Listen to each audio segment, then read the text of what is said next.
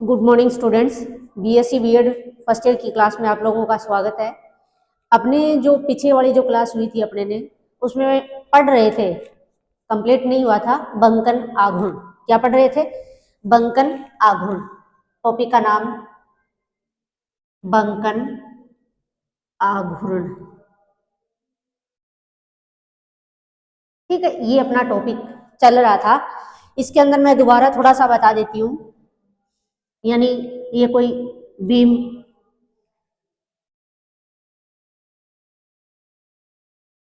इस बीम के उदासीन x पर बिंदु n एंड s, दूसरा कोई तंतु जो कि उदासीन x से कितनी दूरी पर, z दूरी पर, इसके ऊपर कोई एक अल्पांश माना, ये p बिंदु है, ये q है। इसका जो वक्रता केंद्र है चाप रूप में मुड़ी हुई है, तो वक्रता केंद्र O, ये एंगल जो बन रहा है वो थीटा। अगर अपने जो z दूरी पर जो तंतु है उसकी अगर अपने बात करें कि बिंदु p डैश q डैश जो अल्पांश है, उस तंतु की लंबाई में बंकन के बाद कितनी वृद्धि हुई, ये अपने ने निकाला था। जो याद होगा, p dash q dash equal to क्या, r plus z into theta. ये वक्रता त्रिज्या जो कि कितनी ली, कैपिटल R। फिर अपने ने PQ निकाला। PQ का जो मान आया वो अपने पास R थीटा, और P dash Q dash minus PQ, या कह दो तंतु के अंदर जो वृद्धि हुई वो कितनी वृद्धि, या इसको अपने लिख देते हैं वृद्धि, जो कि क्या है, P डैश वैल्यू पुट कर दो ना सीधी, R theta plus Z theta और माइनस R थीटा, जो कि कितनी आ गई थी, Z थीटा के बराबर, क्योंकि R थीटा से R थीटा कट जाएगा। फिर अपने ने निकाला था अनुदैर्घ्य विकृति। अनुदैर्घ्य विकृति, अनुदैर्घ्य विकृति का मान कितना, तंतु की लंबाई में कितनी वृद्धि हुई यानी, और प्रारंभिक लंबाई कितनी, Z थीटा, ये कट जाएगा, Z अपॉन क्या आ गया, R।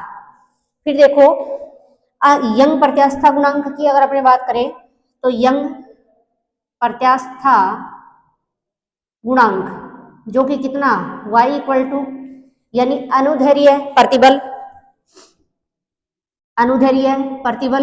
अपॉन क्या होगा, अनुदैर्घ्य विकृति। ये सब बातें अपने ने पढ़ रखी है। अनुदैर्घ्य प्रतिबल की जगह बात करते हैं तनन प्रतिबल, क्योंकि तंतु के लेंथ के अंदर क्या हो रही है, वृद्धि हो रही है। अनुदैर्घ्य विकृति, अनुदैर्घ्य विकृति, तनन प्रतिबल अगर अपने निकाले तो यही से क्या निकल जाएगा, तनन प्रतिबल, वज्र गुणा करवा दो, ये आ जाएगा यंग प्रत्यास्था गुणांक इंटू अनुदैर्घ्य विकृति, वैल्यू पुट कर दो, y इंटू अनुदैर्घ्य विकृति जो कि कितनी है, Z अपॉन R। कहने का मतलब ये है तनन प्रतिबल का मान अपने पास ये आ गया। यहां तक अपने ने कल पढ़ लिया था, मैंने दोबारा इसको थोड़ा बता दिया कि अपने ने कोई एक बीम ली, बीम को चाप रूप में यानी मुड़ा हुआ दिखा रखा है, संकुचन आएगा किसमें, अंदर वाली, ये कह सकते हैं तंतुओं के अंदर बोल सकते हो, ये संकुचित होंगे, और इनके अंदर क्या होगा, इससे ऊपर वाले यानी इनके अंदर प्रसार आएगा, जिसे वक्रता त्रिज्या इसकी अपने ने R मान ली, कोण थीटा ले लिया, उदासीन जो x के ऊपर एक कोई तंतु जो अपने ने लिया है उसके ऊपर एक अल्पांश PQ, और एक अपने ने बंकन के बाद वाली पोजीशन पर अपने ने तंतु जो लिया है उसके अंदर P डैश Q डैश अल्पांश है, वो PQ से कितनी दूरी पर है, P dash Q dash Z दूरी पर अपने ने लिया है। इससे अपने ने तनन प्रतिबल का मान है वो निकाल लिया। ये जो बीम अपने बात कर रहे थे कल वाली जो क्लास के अंदर, उसके अंदर उसके कोई एक अनुप्रस्थ काट को अपने ले लेते हैं। जैसे ये माना बीम का एक अनुप्रस्थ काट ले लिया जे के एल एम, ये ई एच, ये कह दूं क्या है, उदासीन एक्स, और इससे कितनी दूरी पर, जेड दूरी पर एक अल्पांश है जिसका एरिया कितना है, डी ए के बराबर है। अपने को निकालना है ये जो बीम का जो जे के एल एम अनुप्रस्थ एक काट लिया है अपने ने, उसके ऊपर यानी उदासीन इसकी जो एक्स ई एच बन गई, उदासीन एक्स से कितनी दूरी पर, जेड दूरी पर स्थित कोई जो एक अल्पांश है, उस अल्पांश के ऊपर लगने वाला प्रतिक्रियात्मक बल, यानी प्रतिक्रियात्मक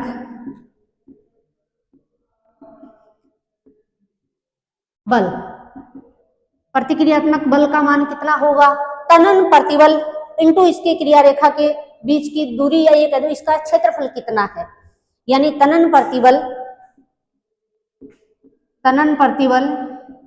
इंटू क्षेत्रफल। तनन प्रतिबल का मान अपने ने Z upon R Y into area इसका कितना, डीए, यानी कि जो अपने ने अल्पांश लिया है वो डीए है। अपने निकाल लेते हैं इस उदासीन जो एक्स है उसके सापेक्ष बल आघूर्ण का मान, यानी बल आघूर्ण जब निकालेंगे तो क्या हो जाएगा, बल इंटू क्रिया रेखा के बीच की दूरी, ये कहें बल आघूर्ण, बल आघूर्ण होगा बल कौन सा, ये वाला प्रतिक्रियात्मक बल इंटू क्रिया रेखा के बीच की लंबवत दूरी, और दूरी यानी उदासीन एक्स की बात हो रही है, या ये कह दो ई एच से इसकी दूरी की बात हो रही है जो कि कितनी है, जेड। बल प्रतिक्रियात्मक बल रख दो जेड अपॉन आर वाई, और साथ में आ गया डीए, और इंटू क्या आ जाएगा, जेड। जेड और जेड क्या बन गया, Z square R Y D A, ये आ गया किसका मान, बल आघूर्ण का मान। इक्वेशन नंबर इसको दे देती हूँ 2। ये तो है किसके कारण, यानी एक अल्पांश क्षेत्रफल पर लगने वाले बल आघूर्ण का मान निकाला है। अपने को निकालना पड़ेगा इस पूरी बीम के लिए, पूरी बीम के लिए निकालेंगे तो अपने क्या कर देंगे, इनका योग कर देंगे, या अपने ये लिख देते एक लाइन कि संपूर्ण क्षेत्रफल जे के एल एम पर कार्य करने वाले बल आघूर्णों का योग, यानी संपूर्ण क्षेत्रफल कौन सा, जे डायग्राम बना, जे के एल एम क्षेत्रफल पर कार्य करने वाले बल आघूर्ण या आघूर्णों का योग, योग तो इस पे समेशन लगा दो, यानी ये बन जाएगा summation Z square R Y और डी। ये वाई कैपिटल वाला है जो कि यंग प्रत्यास्था गुणांक ले रहे हैं अपने, इसको आप कैसे लिख सकते हो, कैपिटल वाई समेशन, ये आप लिख सकते हो, ये वक्रता त्रिज्या है जो कि समेशन से बाहर लिख सकते हैं अपने, ये बना जेड स्क्वायर और डी, ये क्या कहलाएगा, यानी जेड स्क्वायर डी ए, जिसको आप क्या बोल सकते हो, आई जी, जिसको जड़त्व आघूर्ण अपने कह सकते हैं, आई जी के बराबर अपने लिख सकते हैं। तो ये आ गया अपने पास फॉर्मूला, बंकन आघूर्ण टोटल, यानी बल आघूर्ण बोल दे पहले, और बल आघूर्ण ही बंकन आघूर्ण के बराबर होगा, तो अपने इसको बाद में ये कह देंगे कि ये क्या है, यानी बंकन आघूर्ण है जो अपने निकालना चाह रहे हैं। बल आघूर्ण का मान आया y अपॉन आर, साथ में क्या है आई जी क्या बता रहा है, जड़त्व आघूर्ण को बता रहा है। इसके बाद देखो इस जड़त्व आघूर्ण की अगर अपने बात करें तो ये अलग अलग जैसे बीम की आकृति के ऊपर डिपेंड करेगा। अगर बीम की आकृति कैसी हो, अगर बीम की आकृति क्या हो, आयताकार हो, या फिर ये कह दो कि बीम की आकृति कैसी हो सकती है, विवर्ताकार भी हो सकती है। आयताकार हो तो अपने ये मान के चल रहे हैं कि अगर उसकी लंबाई चौड़ाई यानी बी और डी के बराबर है, तो एक वैल्यू थोड़ा सा बस याद रख लेना कि अगर बीम का आकार कैसा हो तो उसके लिए आई जी का मान कितना होगा। यदि बीम का आकार आयताकार हो तो किसकी वैल्यू, आई जी की value, I G equal to होगा बी डी क्यूब अपॉन 12। ठीक है, अगर वैल्यू अपने रख देते हैं समीकरण नंबर 3 कह दे।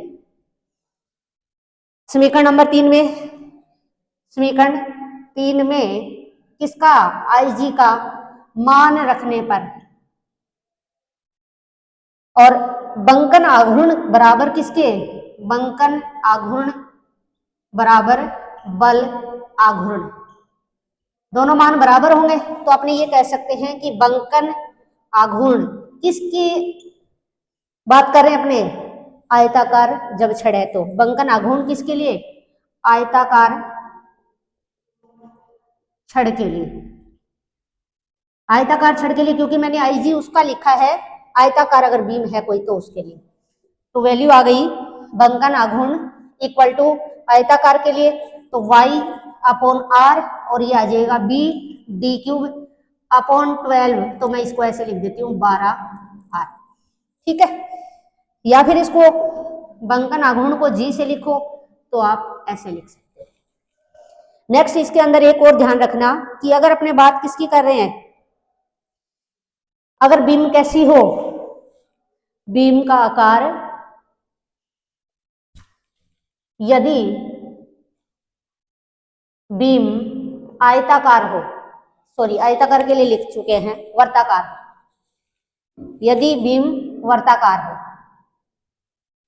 वर्ताकार हो और उसकी त्रिज्या कितनी हो, त्रिज्या r हो, तो IG की वैल्यू कितनी होगी, ध्यान रखना IG जड़त्व आघूर्ण वर्ताकार के लिए यानी पाई r⁴/4 ये होता है, जिससे क्या आ जाएगा, समीकरण नंबर 3 के अंदर IG का मान रखो पाई r⁴/4, तो लास्ट यानी वर्ताकार बीम के लिए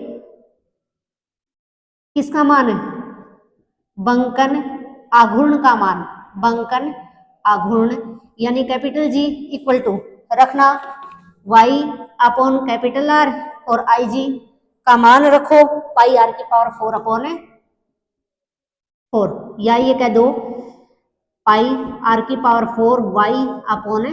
y/4r, किसका मान यानी वर्ताकार बीम के लिए बंकन आघूर्ण का मान है, वो अपने ने निकाल दिया। एक बार इसको मैं और रिवाइज कर देती हूँ कि अपने ने क्या पढ़ा है इसके अंदर और कैसे आप निकालोगे।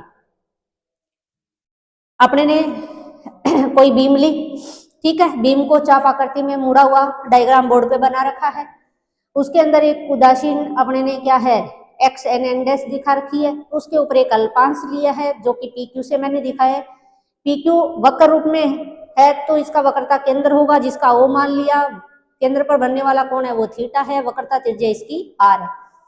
बंकन से पहले ऐसे मतलब P', Q' पर है, बंकन के बाद तंतु कहाँ चला गया, मान लो कि P', Q' पे चला गया और इसकी लेंथ में क्या हो गई, वर्दी हो गई।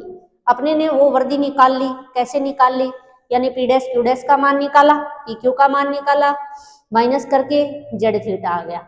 नेक्स्ट अगर अनुदैर्ध्य विकृति की बात करें तो क्या हो जाएगा, लेंथ में परिवर्तन कितना आया या वर्दी कितनी हुई, यहाँ वर्दी हो रही है तो z∠θ और पहले कितनी थी r⁻θ, थीटा से थीटा कट जाएगा z/r।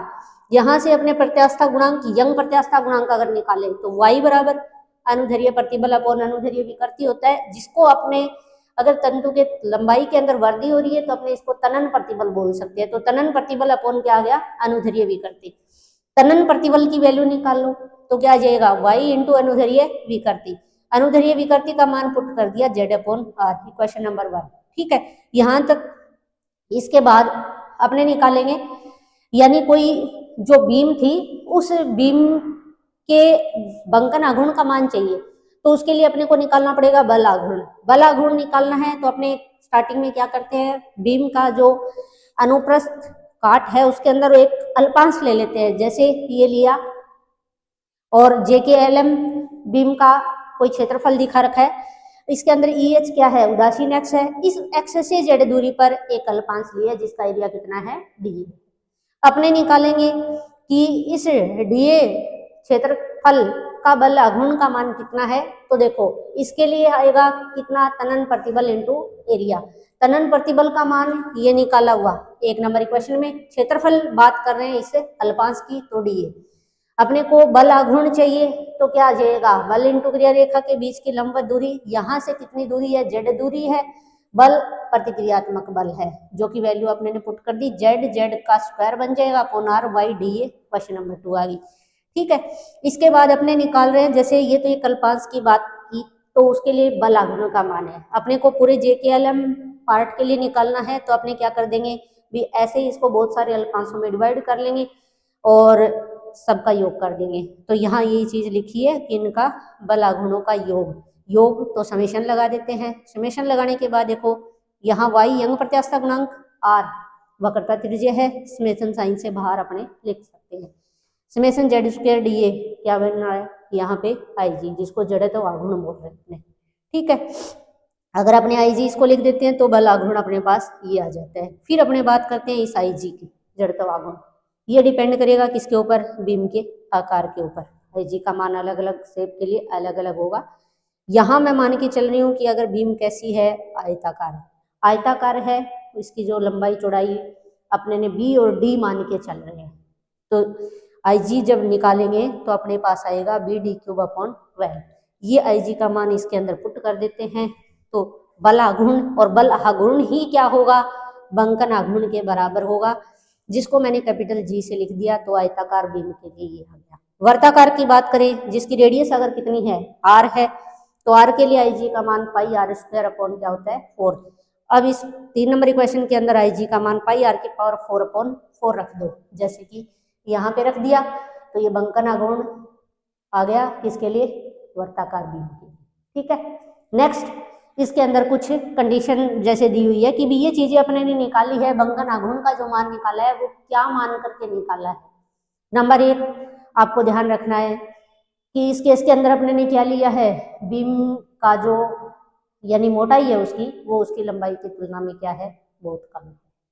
पहला पॉइंट ध्यान रखोगे। सेकंड पॉइंट, अगर अपने ये कहें कि बीम को जब अपने ने चाप आकृति के अंदर मोड़ा है, तो यानी ये बहुत कम होना चाहिए, भाई ये कह सकते हैं वक्रता है वो क्या होनी चाहिए, अति अल्प होनी चाहिए बीम के अंदर। सेकंड, अपने ये कह सकते हैं कि जैसे अपने बीम को मोड़ रहे हैं तो उसके अनुप्रस्थ काट का जो क्षेत्रफल है वो बदलना नहीं चाहिए, जो पहले था वही रहना चाहिए। एक अपने ये ले सकते हैं कि बंकन जो उत्पन्न होता है उसके स्वयं के भार की तुलना में उसका मान क्या होना चाहिए, भाई बीम का जो स्वयं का भार है वो नगण्य होना चाहिए। ठीक है, और पदार्थ कैसा होना चाहिए, यानी ये कह सकते हैं आइसोट्रोपिक होना चाहिए, समदेशिक होना चाहिए। तो ये बातें आपको ध्यान रखनी है क्या निकालते वक्त, बंकन आघूर्ण निकालते वक्त की 4-5 बातें तो ये लास्ट में जो मैंने बताई है कि ये फॉर्मूला जब निकाला है तो ये बातें अपने को ध्यान में रखते हुए निकालना है। और आगे जो कैलकुलेशन मैंने बताई दी कि फॉर्मूले में जो कैसे आप इसका जो फॉर्मूला डिराइव करोगे वो किस प्रकार से करोगे, आप इसको एक बार और पढ़ लेना। आज की क्लास के अंदर अपने इतना ही पढ़ेंगे। Thank you.